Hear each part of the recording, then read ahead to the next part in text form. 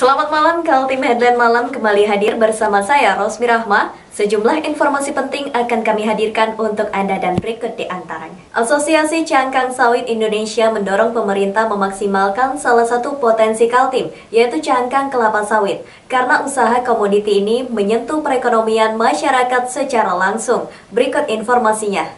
Banyak yang belum tahu apa itu cangkang, bahkan tidak sedikit petani menganggap itu adalah limbah dari pengolahan industri kelapa sawit. Cangkang sebenarnya tidak ada ubahnya seperti tempurung kelapa. Di dalam buah kelapa sawit, dia berada antara sabuk kulit dengan daging sawit. Dan yang istimewa, daya bakarnya tinggi hingga 4.250 kalori.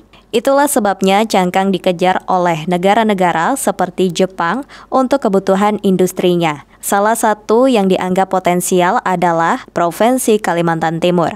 Menurut Ketua Asosiasi Pengusaha Cangkang Sawit Indonesia, Diki Ahmar, masih ada banyak masalah dalam bisnis cangkang ini. Selain terkait sistem distribusi dari lokasi pabrik sawit, juga terkait kebijakan negara pengimpor seperti Jepang.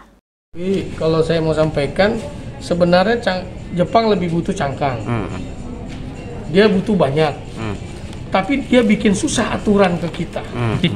Harus pakai sertifikasi, itu kan ngaco ya. Jepang mewajibkan eksportir harus punya sertifikasi itu. Kenapa pemerintah Indonesia tidak tolak? Kenapa pemerintah Indonesia tidak anjurkan mereka pakai ISPO misalkan? Atau pemerintah Indonesia punya kebijakan lain untuk ekspor misalkan? Kenapa begitu? Karena Jepang harus mengikuti Eropa. Kenapa Jepang mengikuti Eropa? Komoditi dia dijual ke Eropa. Kalau dia tidak ngikutin European Union, akhirnya produk dia bisa tidak tersalurkan ke sana. Pembangkit listrik buat industrinya menghasilkan sesuatu yang bisa dijual di Eropa. Di Eropa gitu Pak ya, berarti memang... Bagaimana dia mau jual produknya di Eropa kalau dia tidak memenuhi ketentuan Eropa Union soal bahan bakunya harus dari mereka, harus RSPO. Oh, siap. Diki Ahmar mengutarakan potensi Kaltim dalam mengekspor cangkang. Menurutnya, pabrik kelapa sawit beroperasi di provinsi ini 80 perusahaan, memungkinkan memproduksi cangkang sekitar 60.000 ton per bulan. Namun menurut data Apcalsi, hingga saat ini yang tergarap hanya 31.310 ton per bulan. Jika Apcalsi menyebut potensi produksi cangkang Kaltim sebesar 600.000 ton per tahun, berbeda dengan data yang disajikan perwakilan Kementerian Perdagangan Marlop Nainggolan. Menurut pejabat Kemendak itu, Kaltim memiliki potensi produksi 1,7 juta ton per tahun. Tim Kaltim TV, Heriman melaporkan.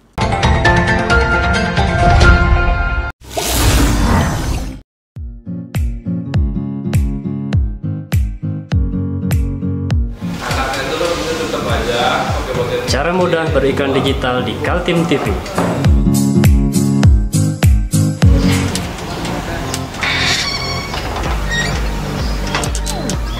Yang pertama, jadilah sahabat Kaltim TV.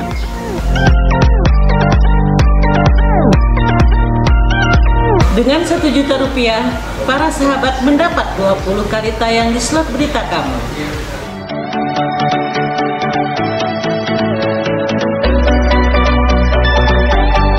Dengan 20 detik dapat menjangkau 20.000 penonton. Anda beruntung karena mendapat kesempatan perdana dari kami. Ayo jadilah sahabat Kaltim TV.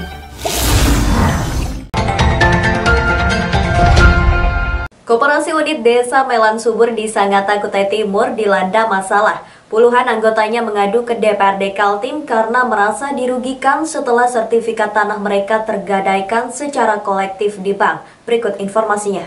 Pertemuan di DPRD Kaltim, para anggota KUD Melan Subur didampingi pengacara Julius. Mereka diterima Ketua Komisi 1 DPRD Kaltim Jahidin. Didampingi juga perwakilan dari Dinas Koperasi Kutai Timur. Versi pejabat Dinas Koperasi, masalah itu muncul lantaran adanya dualisme kepengurusan koperasi. Pihak Dinas Koperasi juga sudah berupaya mengundang dua belah pihak untuk menyelesaikan masalah internal tersebut, namun belum ada penyelesaian. Dualisme kepemimpinan terjadi lantaran pengurus lama sejak koperasi berdiri tahun 2007 tidak pernah menggelar RAT atau rapat anggota tahunan. Padahal koperasi sudah berbisnis dengan berbagai pihak dan memberikan keuntungan. Tahun 2019, RAT Koperasi baru bisa dilaksanakan, sekaligus juga mengganti kepengurusan koperasi yang lama. Miko kemudian dipercaya menjadi Ketua KUD Melan Subur yang baru. Dia dipilih secara bulat oleh 71 anggota KUD yang hadir dalam RAT tersebut. Bahwa anggota atau pengurus koperasi yang lama itu tidak menjalankan fungsinya sebagai koperasi sebagaimana badan hukum yang tujuannya adalah memberikan kesejahteraan kepada anggotanya. Nah, mulai dari akuntabilitas proses keuangan, kemudian fungsi-fungsi organisasi dalam koperasi itu sendiri, rapat anggota tahunan dan sebagainya, akuntabilitas masalah keuangan itu tidak sampai kepada anggota. Jadi koperasi ini menurut anggota koperasi itu tidak memberikan kesejahteraan dan tidak menjalankan fungsinya sebagai koperasi. Maka pada tahun 2019 dibuatlah rapat anggota tahunan inisiatif dari beberapa orang stakeholder atau yang dituakan atau bisa dikatakan koordinator dari anggota koperasi untuk melakukan rapat anggota tahunan. Karena dari tahun 2007 sampai tahun 2019 itu tidak pernah dilakukan yang namanya rapat anggota tahunan. Nah, jadi terpilihnya pengurus baru KUD Melan Subur ternyata tidak menyurutkan konflik internal. Sebab pengurus koperasi yang lama masih bertindak mengatasnamakan koperasi dalam urusan bisnis dengan para pihak. Koperasi menjalin kerjasama dengan bank dan mendapat pinjaman 7 miliar dengan anggunan sertifikat tanah para anggota. Beberapa hal yang saya sampaikan dari rapat tadi, karena pengurus lama ini sangat merugikan kami, hak-hak kami sebagai anggota. Yang jelas, sertifikat kami sebagai anggota mereka agunkan ke bank tanpa pengetahuan kami, tanpa ada rapat anggota. Itu yang sangat merugikan kami sebagai anggota. Dan apapun yang kebijakan mereka yang mereka lakukan yang menyangkut pada hak kami sebagai anggota tidak mereka hargai gitu. Oh, kalau untuk profit Pak? Oh, itu kita pernah tahun 2017 sampai 2019 itu kita pernah tidak menerima SHU. Menanggapi konflik internal itu, Ketua Komisi 1 Jahidin berjanji akan memfasilitasi penyelesaian masalahnya. Mereka sudah mengundang pengurus lama agar bersama-sama ke Gedung Wakil Rakyat di Karangpaci, Samarinda. Hanya saja tidak datang. Jahidin mengaku akan mengundang lagi pengurus lama dan juga pihak bank serta pihak kepolisian untuk mencermati apakah ada unsur pidana dalam kasus tersebut. Tidak hadir dari BNI. Kan tadinya ini pinjaman di Sangatta di Kutai Timur Bank Mandiri. Kemudian pinjaman tahap kedua dialihkan ke BNI. Nah, kita ini perlu mendengarkan penjelasan dari BNI sebagai pemberi pinjaman yang kedua. Apakah dalam hal ini pengurus lama juga diundang, Betul? Kita undang tapi dia tidak hadir. Maka ini kita pikirkan bersama. Maka nanti saya berusaha mengundang Kasat Sersenya, kalau memang ada penyimpangannya dia bisa menyidik langsung. Oh, gitu. Karena ini ada hak-hak anggota yang digelapkan dari sejumlah anggota ini, belum pernah ada yang menikmati hasil daripada koperasi ini. Sementara mereka punya jaminan, sertifikatnya dijaminkan di bank. Pemanggilan selanjutnya kapan ini, Ketua? Kita agendakan sesuai dengan agenda rapat BAMS. Dalam waktu dekat ya? Ada agenda kegiatan DPR, kita sesuaikan. Oh, tapi dalam waktu dekat gitu, Ketua? Ya, kita usahakan supaya tidak tertunda-tunda kan. Oh. Sayangnya belum ada penjelasan dari pengurus koperasi yang lama. DPRD Kaltim juga menunggu penjelasan dari Ketua KUD Melan Subur yang lama, Suparmin. Tim Kaltim TV, Hardin melaporkan.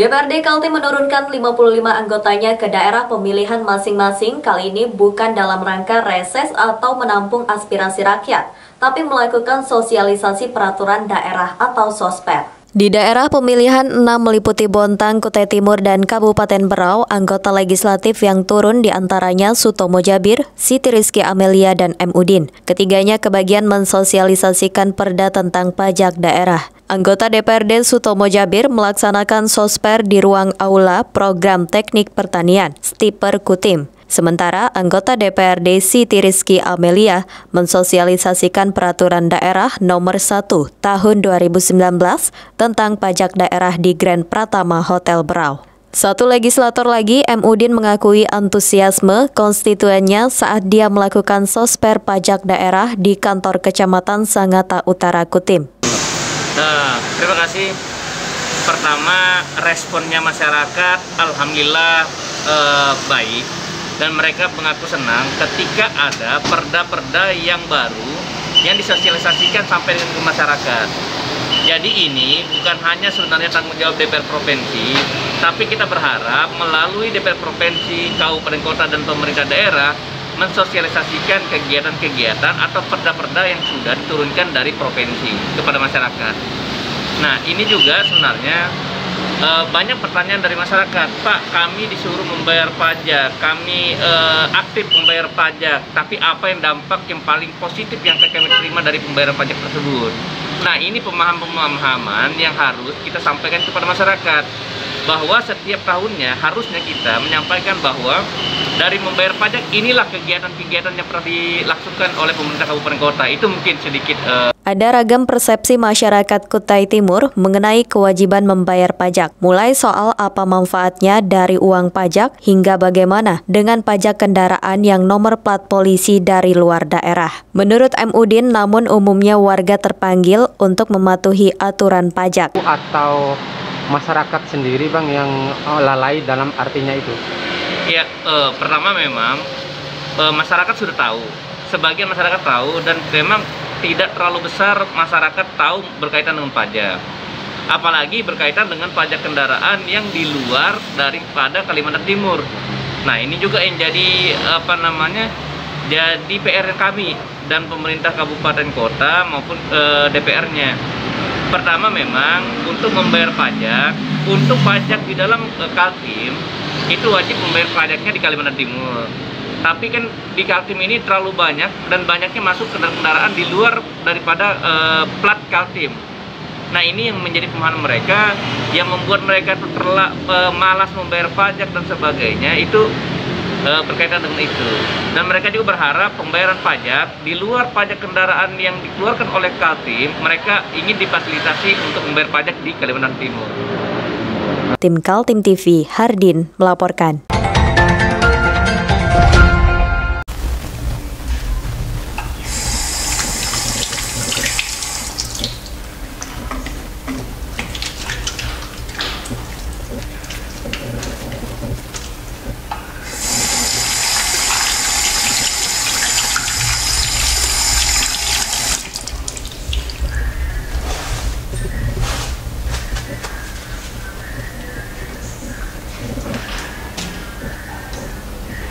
Meskipun di rumah saja, kita tetap selalu menjaga kesehatan, cuci tangan, menggunakan hand sanitizer.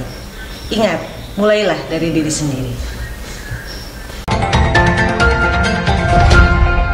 Rekrutmen direksi dan pengawas Perusda milik Pemprov Kaltim yang sedang berlangsung mengundang protes Baharudin Demu. Politisi PAN di DPRD Kaltim itu mempersoalkan tidak dibukanya kurikulum vitae 55 orang calon yang telah mendaftar. Inilah yang diutarakan Baharudin Demu kepada wartawan usai rapat dengar pendapat dengan Pemprov Kaltim dan tim seleksi direksi dan badan pengawas Perusda di Kaltim. Awalnya dia optimis Pemprov Kaltim transparan, namun ternyata dia merasa masih ada yang disembunyikan. Awal kekecewaannya setelah dalam rapat di gedung DPRD Kaltim itu, Baharudin meminta kepada Pemprov dan panitia seleksi memberikan kurikulum vitae para calon yang mendaftar. Namun oleh Pemprov Kaltim yang diwakili Biro Ekonomi soal dokumen kurikulum vitae itu harus dimintakan kepada Sekretaris Daerah selaku Ketua Tim Seleksi Direksi Perusda. Sebagai anggota Komisi 2, Baharudin Demu mengaku kecewa. Semestinya semua terkait seleksi tidak ada yang ditutup-tutupi. Bahkan, kurikulum vitae yang sangat penting menurut Baharudin bisa diupload ke website agar publik bisa terlibat menilainya. Kami ini di Komisi 2 bersama dengan teman-teman, ada Bu Ketua Komisi, harapan terbesarnya adalah tidak ada hal yang tidak dipublikasikan. Nah, sehingga yang membuat kami kecewa tadi sedikit, pertama adalah pada saat kami minta kurikulum vitae saja, ya harus lapor ke Pak Sekda. Karena memang koordinatornya itu kan Pak Sekda. Betul. Saya bilang, ya seharusnya orang yang datang ke sini kan sudah dikasih mandat toh, nggak perlu lagi lapor. Makanya saya bilang, kalau tidak diberi, kita tunggu 1 hari 2 hari ini. Kalau dia tidak beri, ya saya dari awal bahwa ini tidak transparan gitu dalam rangka untuk rekrutmen. Karena seleksi calon direksi dan badan pengawas Perusda telah berjalan tahap pertama, menyangkut verifikasi dokumen dan tes kejiwaan. Dari 61 pelamar yang lolos administrasi, tersisa 55 calon yang berlanjut ke tes kejiwaan dan asesmen. Nantinya 55 calon diseleksi menjadi 14 orang untuk menduduki jabatan direksi dan 1 badan pengawas atau komisaris independen. Jabatan yang lowong itu adalah 2 orang direksi PT Jamkrida, 3 orang untuk direksi PT Migas Mandiri Pratama, 3 orang direksi PT Ketenagalistrikan, 1 orang direksi Perusda Silva Kaltim Sejahtera, 3 direksi Bara Kaltim Sejahtera, dan 2 orang direksi Melati Bakti Satya. 1 orang lagi untuk jabatan badan pengawas, komisaris independen Perusda Bara Kaltim Sejahtera. Perusda ini tidak boleh lagi menjadi mainan, tidak boleh lagi menjadi menjadi hal-hal yang tidak transparan. Harus semua dibuka sehingga nanti ke depan harapannya kepada petinggi-petinggi Perusda terpilih ini tidak lagi menjadi orang yang tidak mau terbuka juga gitu. Nah itu satu. Tapi yang menarik disampaikan Pak Prof Aji ya selaku tim sel independen kan? Siap. Apa yang diharapkan Pak Komisi 2 dan diharapkan Pak Prof itu sama. Ternyata dia jam 10 pagi dia sudah minta. Sampai hari ini pun dia tidak dapat. Ini yang belum ada respon dari Pemprov atas protes Baharudin Demu, namun dari jadwal rekrutmen, diketahui Pemprov Kaltim rencananya sudah mengumumkan hasil seleksi pada 14 April 2021. Tim Kaltim TV, Hardin melaporkan.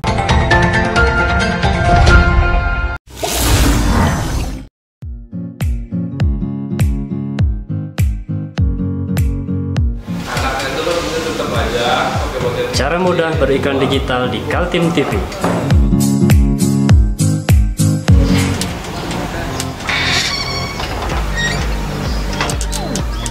Yang pertama, jadilah sahabat Kaltim TV.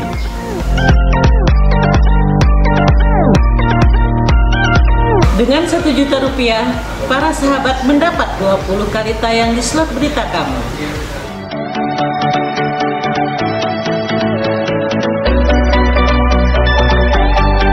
Dengan 20 detik dapat menjangkau 20.000 penonton. Anda beruntung karena mendapat kesempatan perdana dari kami. Ayo jadilah sahabat Kaltim TV.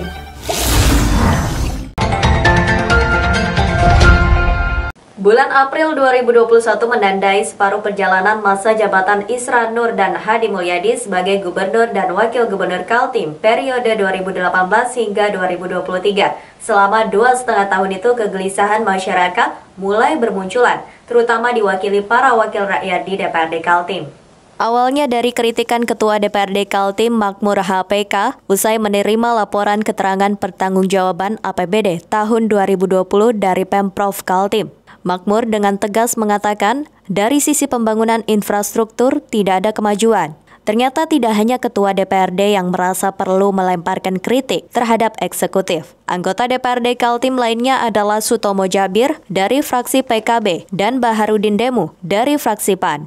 Keduanya juga mengakui awalnya punya ekspektasi yang tinggi terhadap kepemimpinan Gubernur Isra Nur dan wakilnya Hadi Mulyadi.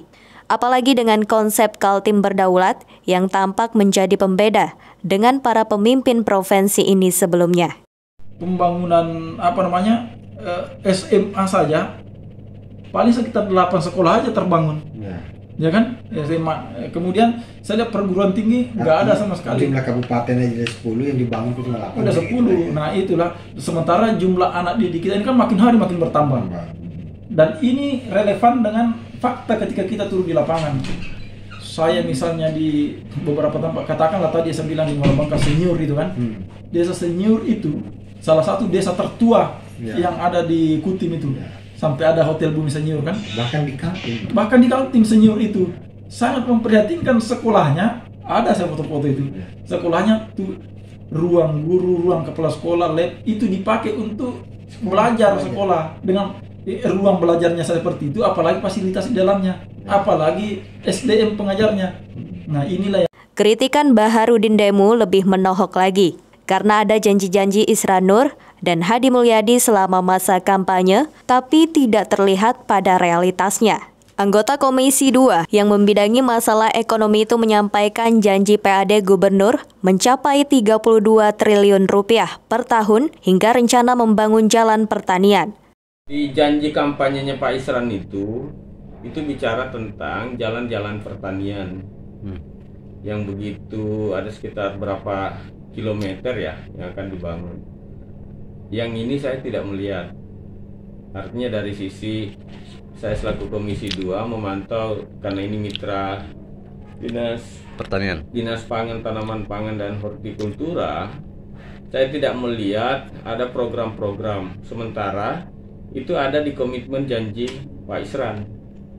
Bagaimana Pemprov Kaltim merespon kritikan-kritikan tersebut? Hadi Mulyadi mengakui perjalanan kinerja yang dilakukannya belum sempurna. Tim Kaltim TV, Hardin dan Heriman melaporkan.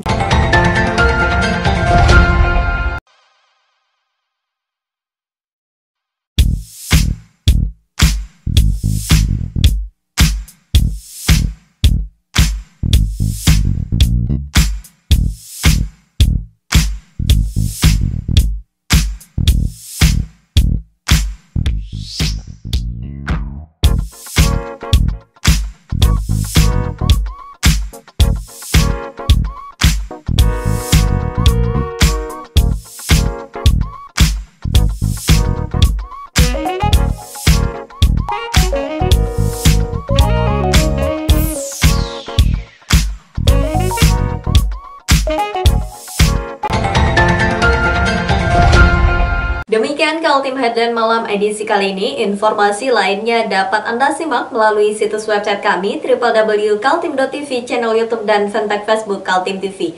Jangan lupa untuk selalu patuhi protokol kesehatan. Saya Rosmi Rahma bersama kerabat kerja yang bertugas pamit undur diri. Selamat malam dan sampai jumpa.